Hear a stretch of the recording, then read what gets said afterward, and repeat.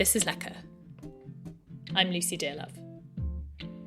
This month on the Lecker Book Club, Namesake, Reflections on a Warrior Woman by N.S. Nuseibeh. Namesake is a collection of essays exploring what it means to be a young, secular Muslim woman today, told through the lens of stories of the author's ancestor, Nusaybah, the only woman warrior to have fought alongside the Prophet. N.S. Nuseibeh is a British Palestinian writer and researcher, born and raised in East Jerusalem. In Namesake, she weaves her own experiences of anxiety, of racism, of joy, of illness, of cooking in shared houses, of aubergines, with the myths and legends told of her ancestor. And this makes this a book that I think should be required reading for everyone. I write in the book that food is a way of making myself and my Palestinianness literally palatable to people. And look, it's just a book about delicious things. Oh, surprise, twist, there's some politics. It was tricky to figure out exactly how to approach this interview, if I'm being completely honest.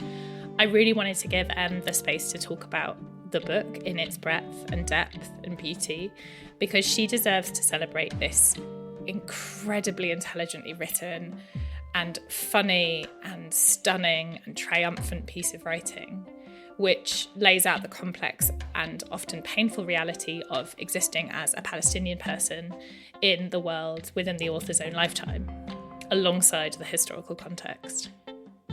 I also really wanted to talk to her about Palestinian food, because that's something we've talked about together before, and her writing about it, her writing about aubergines, about Jerusalem breakfasts, they're stunning and mouth-watering, and they are in this interview as well. So I was really pleased to be able to do that too.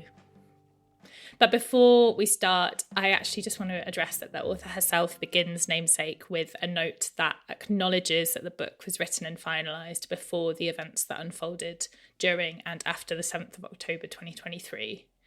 I'm just going to read you a slightly shortened version of that author's note to begin. I have no idea how long this war will last, whether Gaza will exist by the time of publication. There is no point writing down the number of children killed. That number will have been dwarfed by the time you read this. My intention with this book was to bring certain narratives, Muslim, Arab and Palestinian ones, into the cultural consciousness of those outside the Arab world. I wanted to write for others who know these same narratives well, and also to show those who don't how much we actually have in common. Look at me, I write in these essays. I'm not so different from you. And wouldn't you want freedom? It is clear to me now that this is futile. Instead, reader, whoever you are, I simply hope that whenever you open this book, you think of Gaza.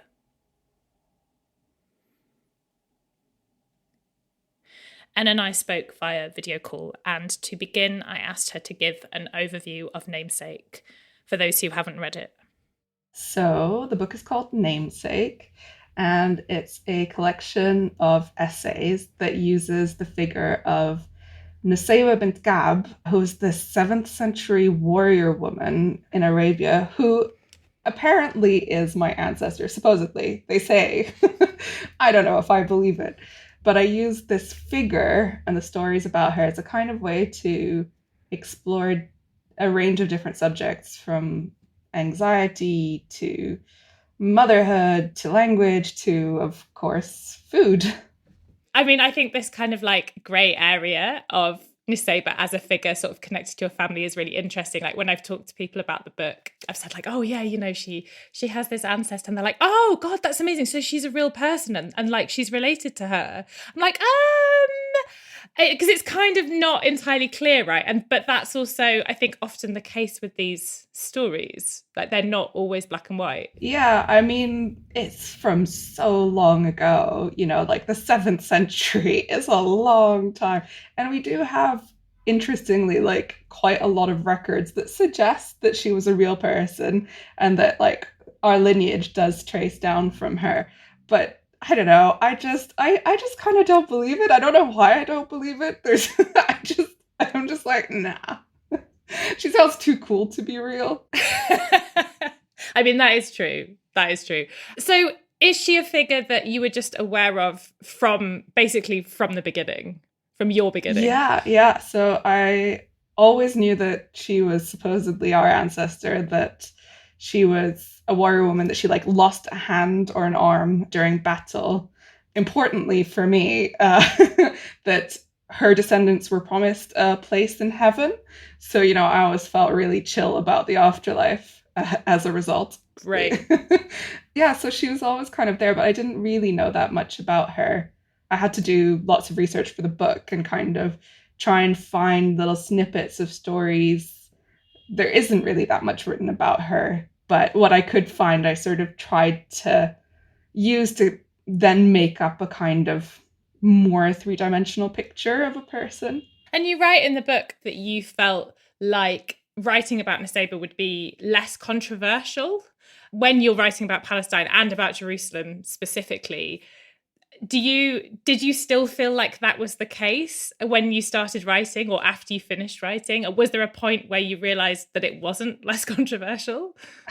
I don't know. When I first thought of the idea of somehow kind of using this figure in a book somehow, I guess it was about 5, 6 years. I mean, it was quite a while ago, and it was at a point in kind of the British consciousness when I think people were starting to feel a bit more positively or a bit more curious maybe about Islam in general. Sort of there was a book called It's Not About the Burqa that came out that did quite well. Like people were starting, non-Muslims were starting to be like, oh yeah, maybe it's not that bad. Let's make it cool. Let's get into it. Let's look at this. And also at a time when sort of lots of Greek goddesses, Roman mythology was being sort of reinterpreted and looked at from like a feminist point of view. So between those two things, I thought, oh yeah, this warrior woman ancestor of mine will it seems like people might be interested in her. But I guess as I wrote the book and as I did more research and as I found that I couldn't really extricate this character from questions about Palestinianness and Arabness and Muslim feminism, I ended up not being able to avoid the controversial.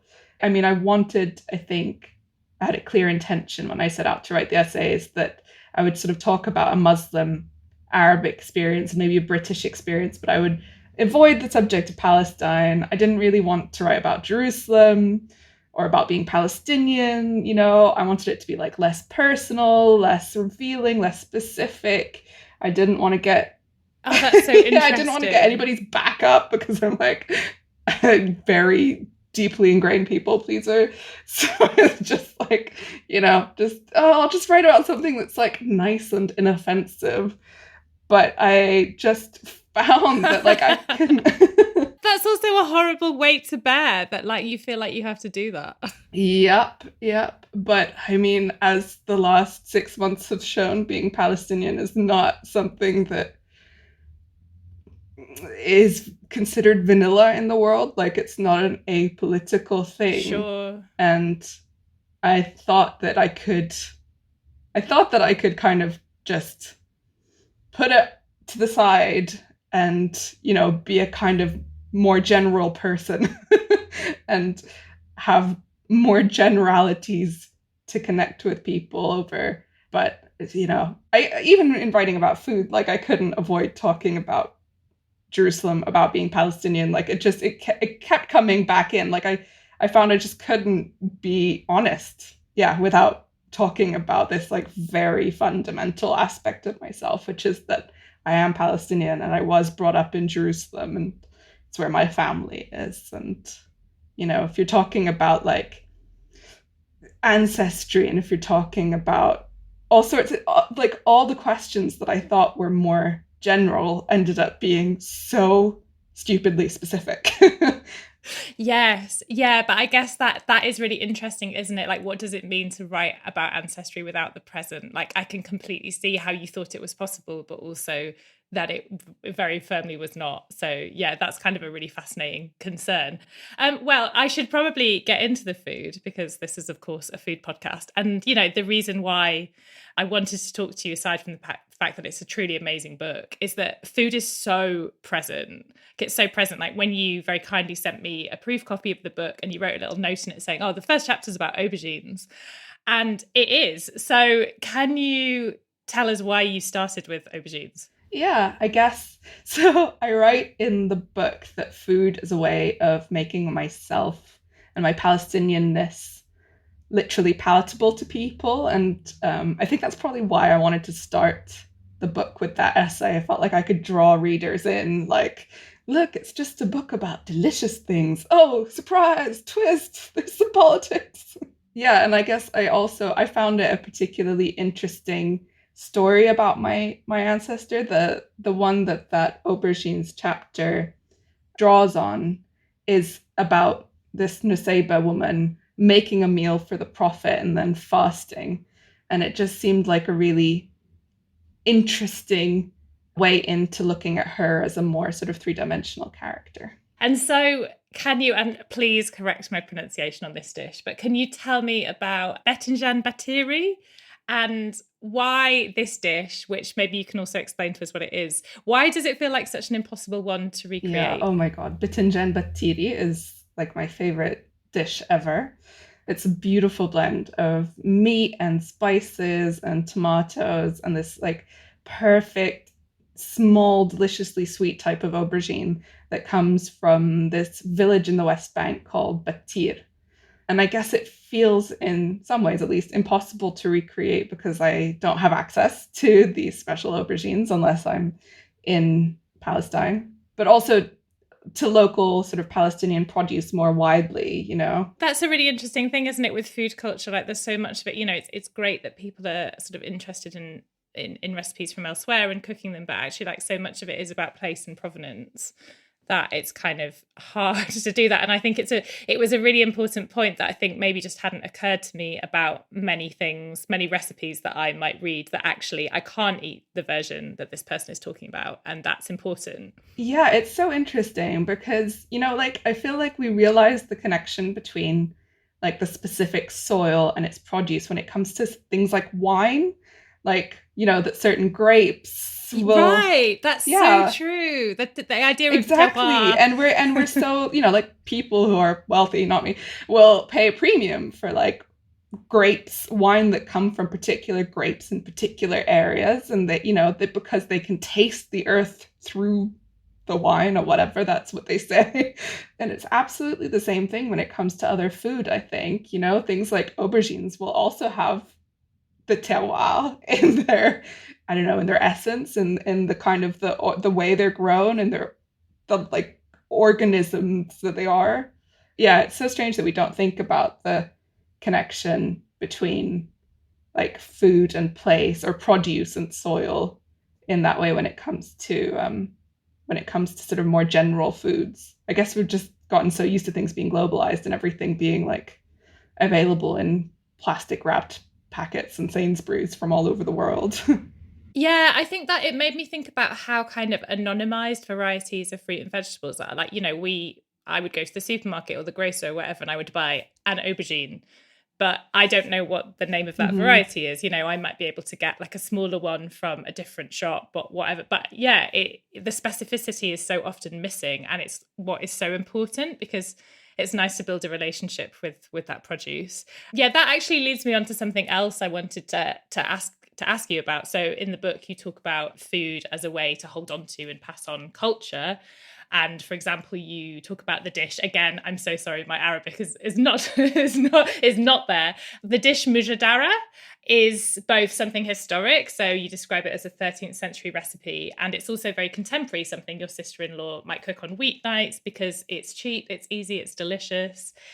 I found this really interesting and really moving, actually. And I think this kind of connects to what we were just talking about. As an English person whose food culture does not feel historic, whose food culture feels very borrowed, stolen, you know, from the colonial past that we have, Yeah, I have sort of ended up maybe feeling slightly rootless when it comes to my food culture. And I guess I'm really interested in your experience as a Palestinian person who has spent a long time in the UK studying. Did you feel, well, I think I know this is quite a leading question because I think I know the answer to this because you do touch on it in the book, but did you feel a tension in those two very different experiences and cultures when you came to the UK? Yeah, I mean, I do think the food and eating culture is really different outside the Arab world. I mean, I grew up with everyone wanting to feed me constantly, with food being this sort of casual but communal thing. And it is much more individualized in the UK. I mean, you have to have like dinner parties if you want a communal eating experience. People don't just share food as a given. So I guess over the years I've learned to kind of individualize my cooking a bit. Yeah. I remember listening actually to an episode of Lecker a while ago where you interviewed Fliss Freeborn about her student cookbook and her saying everyone would go around to hers all the time for meals because she'd cook. But in my experience, it was actually quite hard getting people to want to sit and share food with me. Like maybe it reflects badly on my university cooking. That seems so wild. No, but I know what you mean. I think there's sometimes like this weird over politeness where, I mean, you kind of tell a story in the book where you do make dinner for your flatmates and they ask you how much they owe you, which, I mean, like, I can completely understand how that happened because I guess I have been in situations where somebody does ask people to chip in. But when you lay it out in that way, I mean, that's so alien to what your experience was as somebody that just shares food as this kind of like cultural communal experience. Yeah, that must have been such a wild moment. I mean, and I think people, especially at university, I mean, once you get older, there's more of a relaxation around food, but in a kind of university environment, which is the one that I've been in for most of the time that I've been in the UK, there's like people want to, if they're socializing, they want to play drinking games and drunkenly get like chips and gravy or whatever.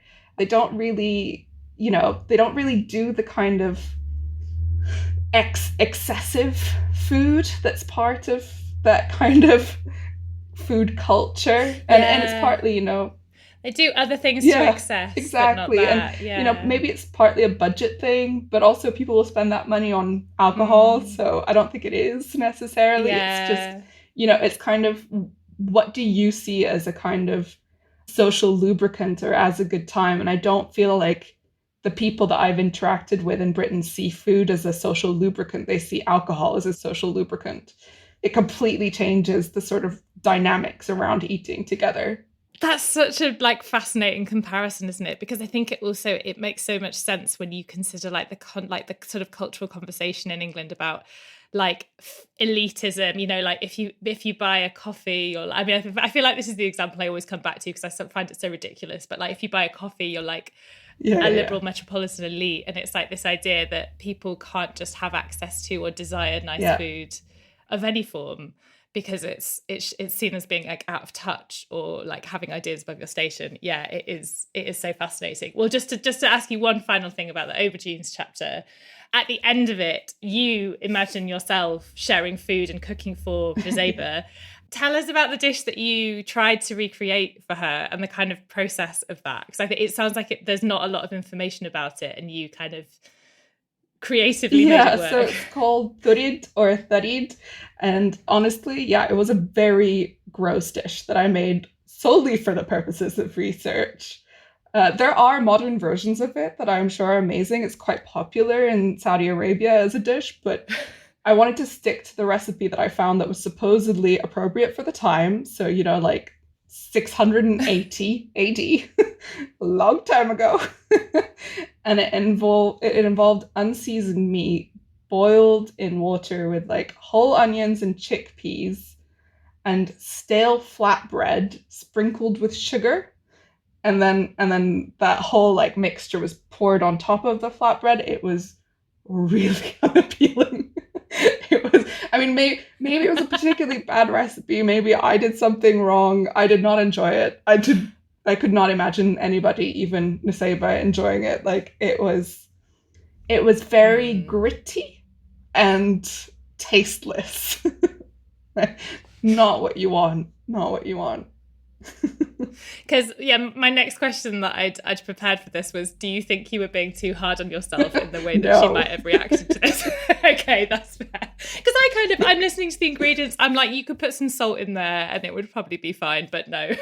I think it was partly the sugar on the flatbread. The flatbread was stale, and I used naan, like, like the Sainsbury's naan that you can get in like the packets. So I just left that out for a couple of days. So that's pretty stale anyway. It's pretty stale anyway, and I left it out for longer, so it was really very tasteless. And then the sugar that I put on top just didn't really dissolve when I added the stew element. So there was sort of this surprising and unpleasant, kind of texture to the, again, quite stale and unappealing bread. So no, I am glad that I live in a world where that's not my everyday food, I have to say. One of the things about looking back at history and then looking now. Yeah, exactly. Yeah. Did it make you feel closer to her as a figure? I think it did, actually, because I really struggle. I mean, ironically, for someone who chose this as a topic to write about, but I really struggle to picture history at all. Like, I find it really, I always get like hung up on like small details, like, but how were they using the loo? Like, what did that look like? Oh my God, it's the biggest question, right? Yeah. Yeah, exactly. So I find it really, really hard to imagine what it would have been like for anybody in the past. And I guess, like cooking and trying to use this recipe that supposedly, was from that time did make me feel a little bit more connected than I might have done otherwise. It's sort of, I could imagine being someone who was eating this and thinking, this is what it's supposed to taste like, and this is what my food daily looks like. And it kind of gave me an insight that way, I suppose. Yeah. You talk a lot in the book about the idea of positionality. And I sort of understood that to mean like the context in which the writer is expressing themselves and how it's important to understand that to sort of take what we need from that. I'm interested in your views on that around food or cooking. Like, do you think positionality is important when we talk about those things? Yeah, absolutely. I think so, because in food, as in other culture, there's the risk of appropriation, of, using and benefiting from the culture of more oppressed groups.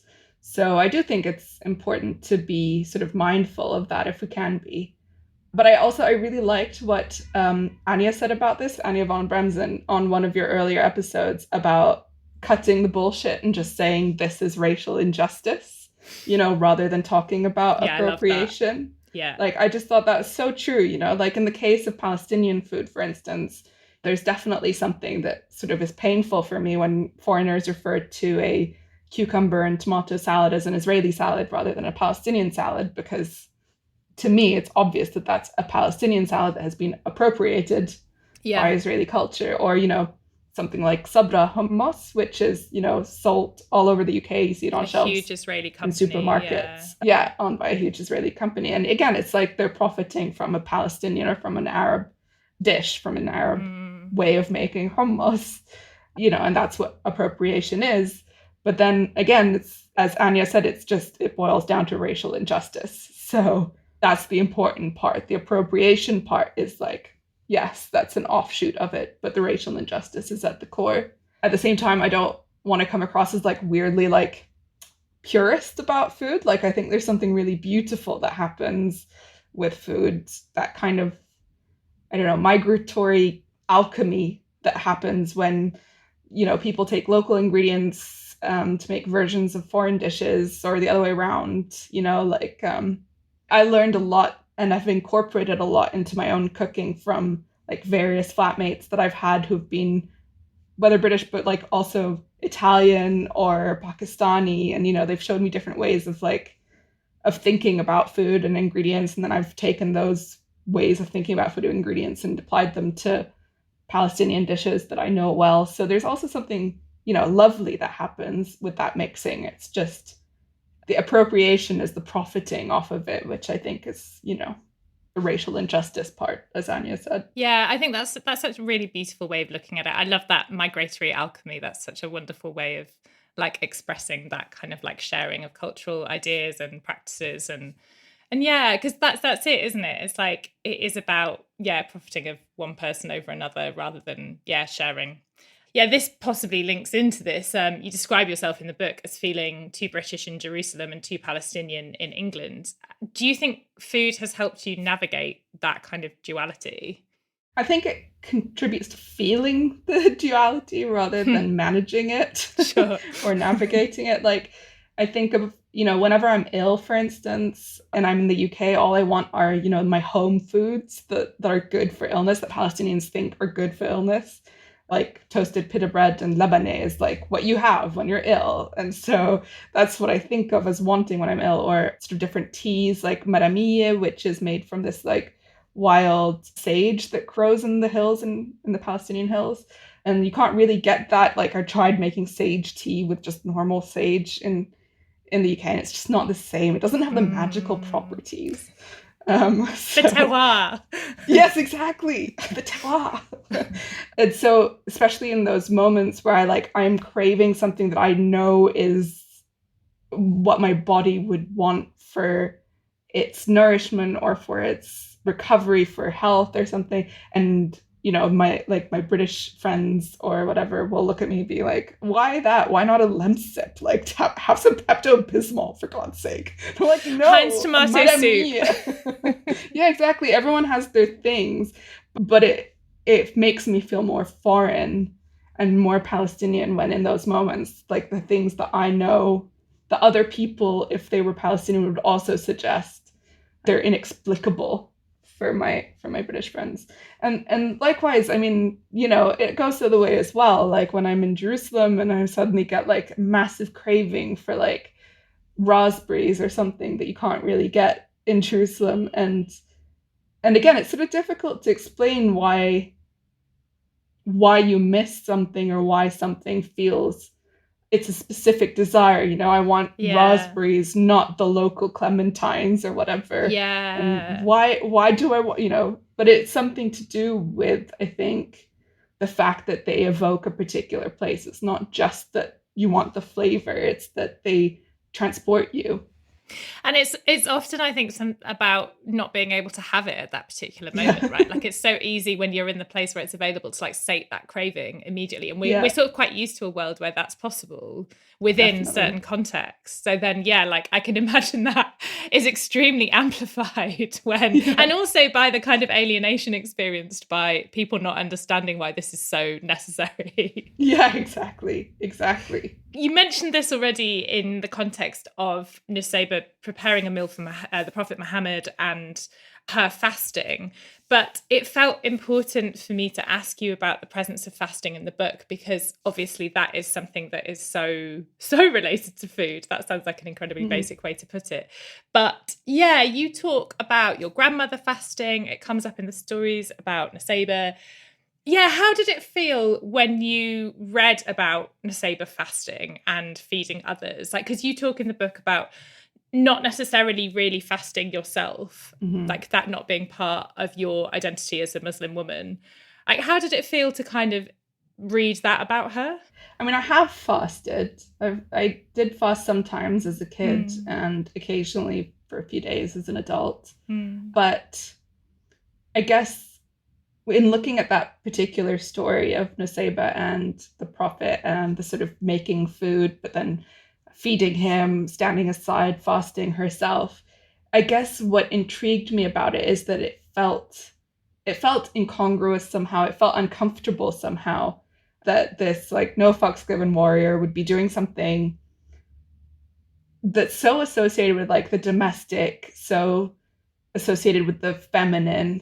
And it started sort of getting me thinking about the self-negation aspects of fasting and the fact that sort of eating and appetite have kind of been eyed with suspicion when it comes to women. Women are meant to be like small and not take up too much space. It's sort of transgressive almost for a woman to have a large and showy appetite. And and like even that is only really acceptable if the woman herself is very small. Like, how Yeah. dare you be a large woman who has a showy appetite? Like you're not meant to take up that kind of space. Mm. In thinking about like fasting and feeding and food more generally, that particular story kind of highlighted a lot of complexities around it and a lot of contradictions, Mm. that like feeding can be such a wonderful, like as we were talking about before, this sort of warmth and community and love and all sorts of good things, and then also a like incredibly gendered thing where it's Mm. very domestic, and if you're a woman who's feeding, then you're very normative somehow. And if you're also feeding and not eating yourself, then that makes you kind of doubly normative, because then you're doing the domestic labor, but you're not partaking in it, and and you're keeping small, you're taking up even less space by not eating. That story and the kind of fasting element of it kind of opened up all of that to me. And that's what I tried to explore in the essay. Yeah, because I mean, I should reiterate that this book has some wonderful sort of food stories in it, but it is about so much to do with like life. And another example is where you talk about the presence of the veil. The Muslim women who wear the burqa or wear hijab.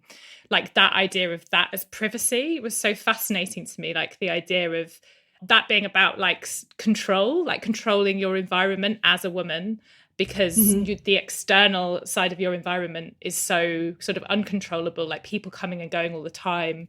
Like, yeah, I guess the sort of a connection to that, it's hard to, again, maybe it's coming back to you making this dish that you found disgusting. Like, it's just really hard to understand the context of history, and we should be really careful about applying our own understanding to it, right? And I think there's so many ideas around food of like subservience and like, Mm. and I think, in the UK, like I just think there's so much racism against Arab women in that context. Like there's just so many Mm. assumptions made of Arab women and Muslim women, more specifically, that it's really, really important to understand.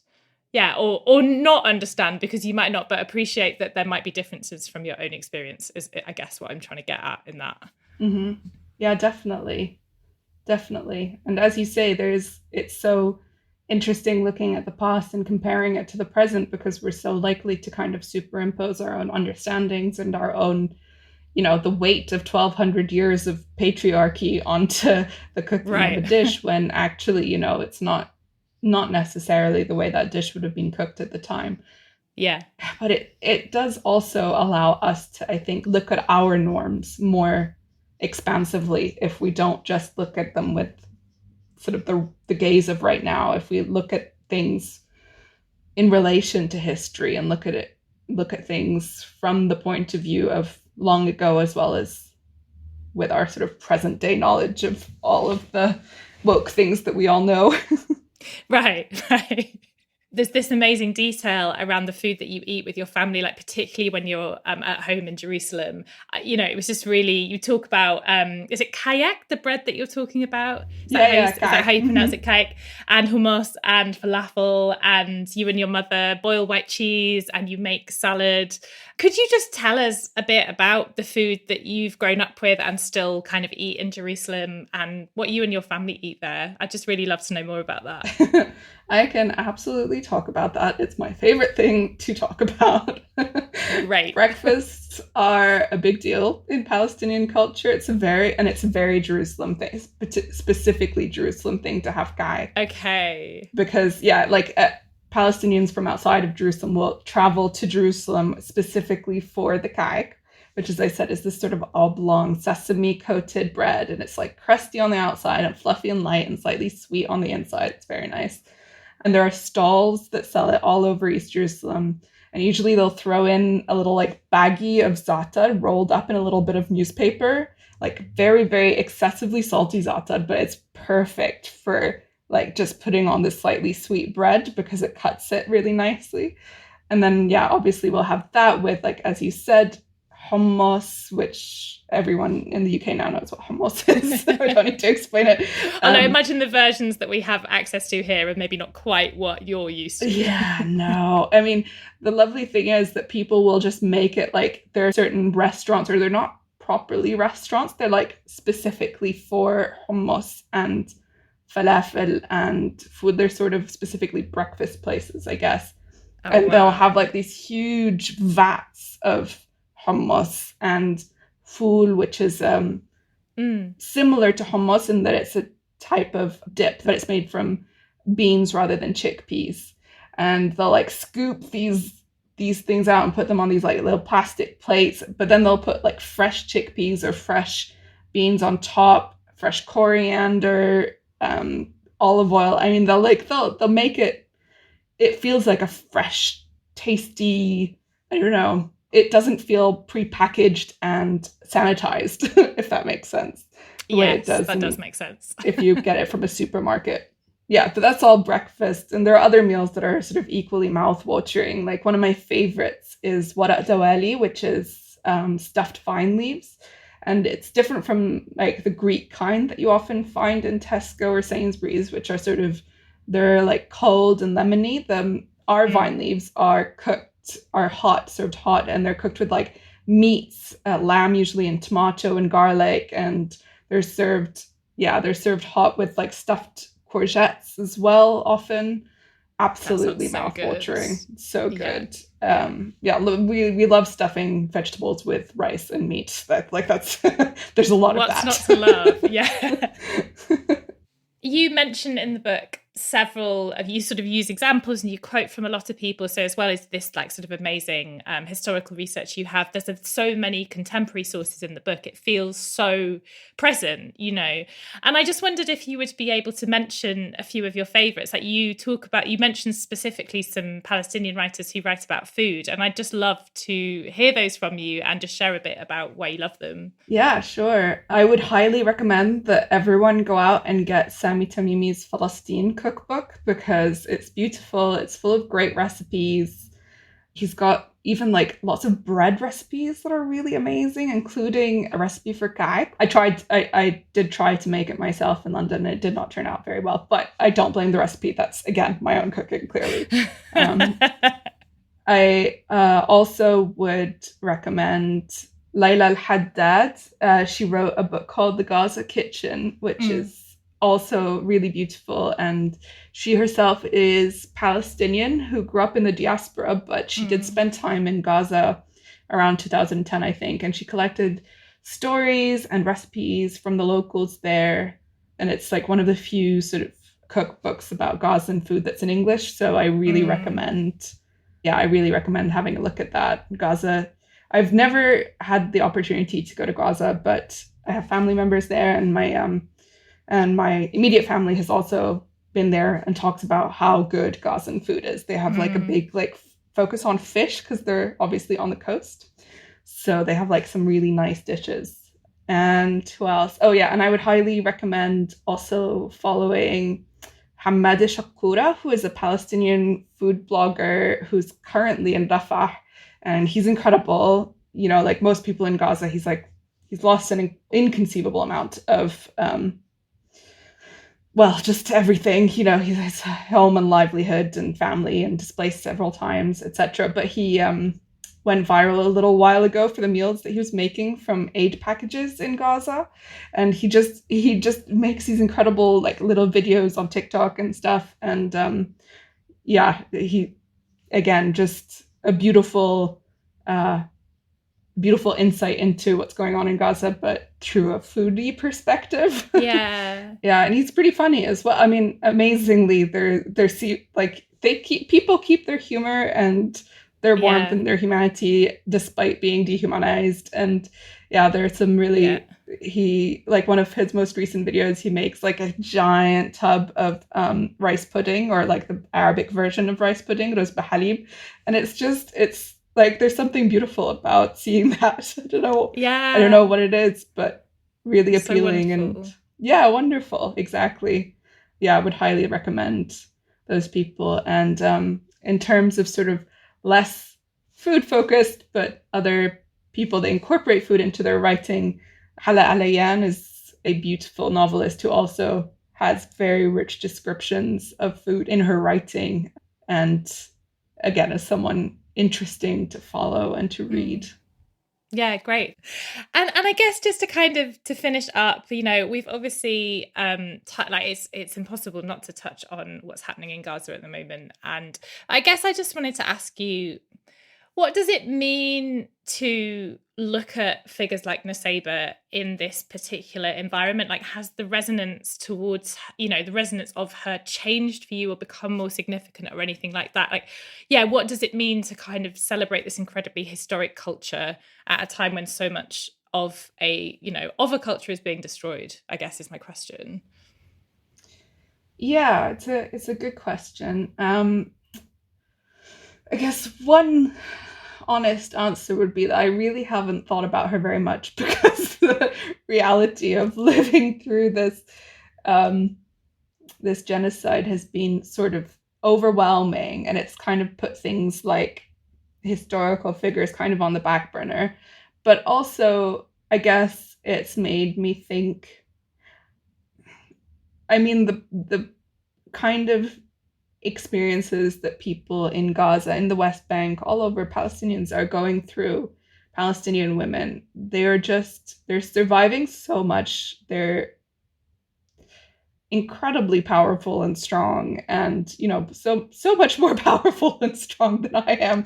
And, you know, here I am writing about this like historical figure who was brave a few times in battle, but she wasn't actually subject to, you know, aerial bombardment 24/7. She didn't have her entire home, you know, destroyed in a matter of minutes.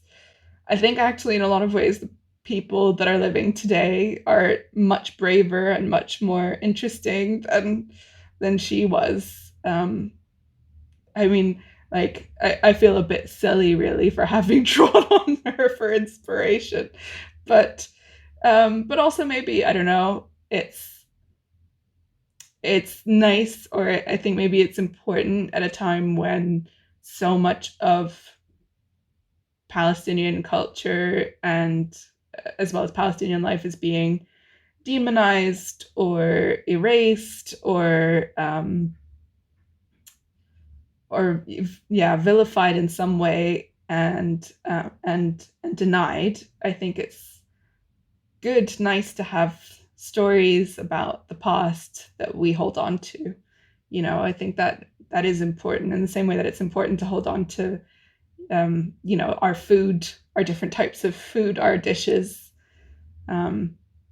Actually, I wanted to say there's this really interesting project based partly out of this village that I mentioned earlier, Batir, where they make the beautiful aubergines. I don't know if you've come across it. It's called the Palestinian Heritage Seed Library. I have heard of it. Oh, it's really cool. It was founded by a Palestinian woman called Vivian Sansour. And what it does is work on preserving and promoting heritage and threatened seed varieties and traditional Palestinian farming practices, and the stories and identities that are sort of associated with them. So like Sansour finds like key seed varieties, like these things, like I remember I saw pictures of these incredible carrots that were huge, like giant carrots, and food crops that were sort of threatened with extinction. And she works to actively preserve their bioculture and recuperate the local landscape. This project was started in like 2016, but I mean, it's the same. It's sort of a similar idea. Like, I'm trying to do it with a story, but she's doing it much more practically and importantly with food. And, you know, it's again this idea of like the past and this our heritage and land and story, is all of it being kind of connected and important to preserve.